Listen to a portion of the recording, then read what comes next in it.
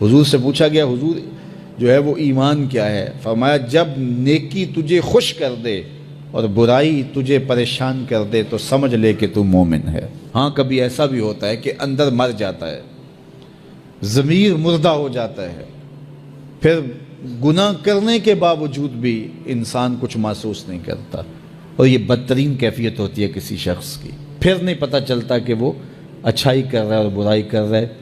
وہ مکر و فریب اور دجل و تلبیسات کے رنگ جمانے کے بعد بھی اپنے ساتھیوں سے داد وصول کر رہا ہوتا ہے کہ میں نے حد نہیں کر دی، میں نے کمال نہیں کر دیا۔ وہ جھوٹ کو بھی آرٹ سمجھ لیتا ہے، فن سمجھ لیتا ہے، وہ مکر و فریب کو بھی اپنی فنکاری تصور کرنے لگ جاتا ہے۔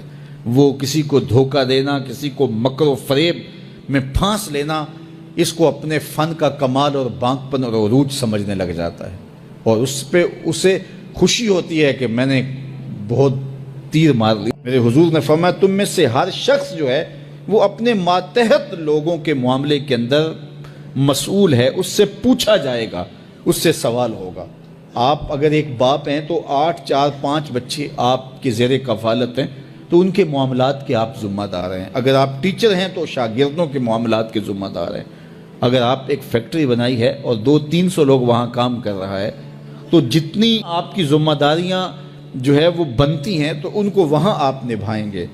اور اگر آپ ہادی قوم ہیں، رہنمائی قوم ہیں، تو پھر اس حساب سے آپ کی ذمہ داریاں بنتی ہیں۔ اب بتائیے یہ معاشرہ جس معاشرے میں ہم جی رہے ہیں، یہ عدم برداشت کا کلچر ہے۔ یہاں آپ ایک دکاندار سے بھی سودا لینے جائیں اور 1 سے 2 مرتبہ اس کو 1-2 بات پوچھیں تو وہ تلخ ہو جاتا ہے، حالانکہ اس کی تو دکانداری ہے تو اس کو تو سننا چاہیے، لیکن معاشرے کے اندر تلخی اتنی آ گئی ہوئی ہے، عدم برداشت ایسے پیدا ہو گئی ہے کہ اب مجھے بتائیے کہ وہ شخص جس کا فائدہ ہے تو وہ بھی آگے سے تلخ ہو رہا ہے، تو پھر اس معاشرے کی گراوٹ کا آپ اندازہ کر سکتے ہیں۔ ممبر و محراب سے ہم دیکھتے ہیں کہ ایسے ایسے تلخ جملوں کے تبادلے ہوتے ہیں کہ بعض لوگ یہ سمجھتے ہیں کہ یہ ممبر پہ بیٹھنے والا جو شخص بول رہا ہے، یہ جو یہاں سے کہہ رہا ہے یہ دینی ہے۔ ہمارے ہاں اتھارٹی اللہ کے رسول ہیں صلی اللہ علیہ وآلہ وسلم۔ اگر میں اپنے جو ہے وہ نفس کے شکنجے میں کسا ہوا ہوں اور اپنی انا کے جو ہے وہ پنجرے کے اندر ہوں اور میں اس کو دین قرار دیتا ہوں، تو یہ میں اپنے پہ بھی زیادتی کرتا ہوں، لوگوں پہ بھی زیادتی کرتا ہوں۔ میرے کارواں ہے میرے حجاز اپنا، اس نام سے باقی ہے آرام جاں ہمارا۔ تو ہمارے لیے وہ سند ہے۔ تو اگر میں بھی یہاں اپنی گفتگو کو اس انداز سے مرتب کروں کہ اس سے معاشرے کے اندر بد اخلاقی کی نمو ہو، تو پھر مجھے بتائیے گا کہ آپ خیر کہاں سے تلاش کریں گے؟ چوں کفر از خانہ کعبہ برخیزت کجا ماند مسلمانی۔ ایک فارسی شاعر نے کہا کہ جب کعبے سے کفر کھڑا ہو جائے تو پھر مسلمانی آپ کہاں سے تلاش کریں گے؟ ممبر و محراب جس کی ذمہ داری ہی حسن اخلاق سکھانا تھا، تو اس کی ذمہ داری جو تھی اس کے برعکس وہ کام کر رہا ہے۔ جس کا کام تزکیہ قلوب تھا، تصفیہ باطن تھا، اب وہ سالکین کا تصفیہ کرنے کی بجائے ان کی جیبیں صاف کرنے کے چکر میں ہے کہ تمہارا دل تو صاف نہیں کر سکتا، تمہاری جیب صاف کر دوں گا۔ تو پھر مجھے بتائیے کہ جو مسند مشیخیت کے اوپر بیٹھا ہے وہ کس گراوٹ کا شکار ہے؟ اس لیے مجھے اور آپ کو اپنے ماحول کے اندر جہاں ہم بیٹھے ہیں، ہمارے ماحول سے وابستہ صرف 3 آدمی ہی کیوں نہ ہو، تو ہم وہاں تو خیر اور وہاں تو بہتری پھیلانے کے لیے کوشاں ہو، اور جب ہم ایسا کریں گے تو میرا مالک ہماری مدد کرے گا۔ تو یہ وہ نمایاں چیزیں ہیں ہمارے دین کی، حسن اخلاق اور حیا۔ تو ہمیں اچھائی کی طرف اپنے آپ کو راغب کرنے کے لیے اپنا محاسبہ ضرور کرنا چاہیے۔ ہر شخص کو اپنے خاندان، اپنے بچوں کی تربیت کا اہتمام کرنا چاہیے۔ اگر سارے افراد خانہ بیٹھ کر کے پلاٹوں کی، کوٹھیوں کی، گاڑیوں کی باتیں کریں گے روز، تو حفظ دنیا پیدا ہوگی، ہرس پیدا ہوگی۔ اور اگر روز بیٹھ کر کے آپ اطراف کی اور لوگوں کی برائیوں کا ذکر کریں گے تو نفرتوں کے بیج روحوں کے اندر لگ جائیں گے، جو کبھی تناوا درخت بن کر کے زندگی کی ساری توانائیوں کو چھین لیں گے۔ اور اگر ہم اپنی برائیوں اور کوتاہیوں کا جائزہ لیں اور اچھے اخلاق اور اچھے کردار کی نشأت کے لیے ہم کوشاں ہو جائیں تو ہماری یہ کوشش ضرور برابر ہوگی اور نتیجہ خیز ہوگی، اور اچھا خاندان اچھے معاشرے کی تشکیل کا ذریعہ بنتا ہے۔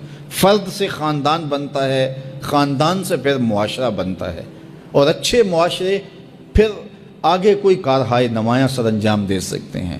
تو دور موجود کے اندر جہاں ہم اپنے ہمسایوں سے، رشتہ داروں سے، اپنے ملنے والوں سے، معاشرے میں، چلتے ہوئے بازار میں، گزرگاہوں میں لوگوں کے ساتھ رویے، تلخ جملے اور جو ہمارا انداز تکلم ہوتا ہے، یہ ہمارا دین کیا کوئی بھی صائب معاشرہ اس کی اجازت نہیں دیتا۔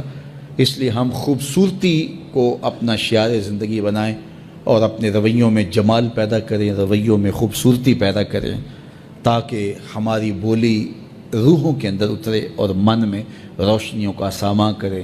عدم برداشت کے کلچر کو ختم کر کے برداشت کے ماحول کو پیدا کریں، حیا باختگی کے ماحول کی بجائے حیا کی کوپلیں پھوٹیں، اور آنکھوں میں، رویوں میں، انداز تکلم میں اور انسان کے دیگر امور زندگی کے اندر حیا اور خوبصورتی کے لہجے پیدا ہوں۔ ہماری زبان جو ہے وہ ایسی خوبصورت باتوں سے مزین ہو کہ قیامت کے دن جب نامہ اعمال رکھا جائے تو حسن خلق کا وزن ہمارے گناہوں کو کم کر دے اور ہماری نیکیاں حسن خلق کی وجہ سے بلند اور بالا۔ دین اخلاقی قدروں کی سربلندی کا نام ہے، اور مادی ترقی اور مادی عروج یہ بالکل ثانوی حیثیت رکھتے ہیں۔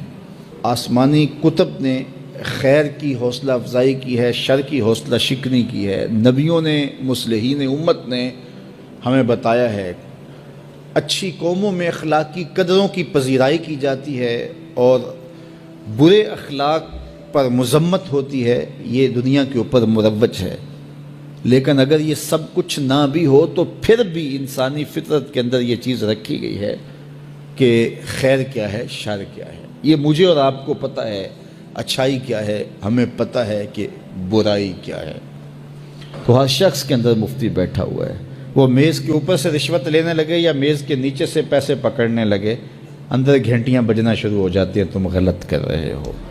دیوار رکھتے ہوئے ہمسائے کی 2 انچ دبانے لگے تو ضمیر آوازیں دیتا ہے کہ تم غلط کر رہے ہو۔ یہ اندر مفتی ہے جو فتوے دیتا ہے۔ کسی کمزور کے منہ پہ تھپڑ مارو، کسی کو اذیت پہنچاؤ، کسی کا حق غصب کرو، کسی کے حقوق پامال کرو تو اندر گھنٹیاں بجتی ہیں کہ صاحب غلط چل رہے ہو۔ تو یہ اندر ضمیر انسان کو بتاتا ہے، یہ دل مفتی بیٹھا ہوا یہ بتائے گا اچھائی کیا ہے۔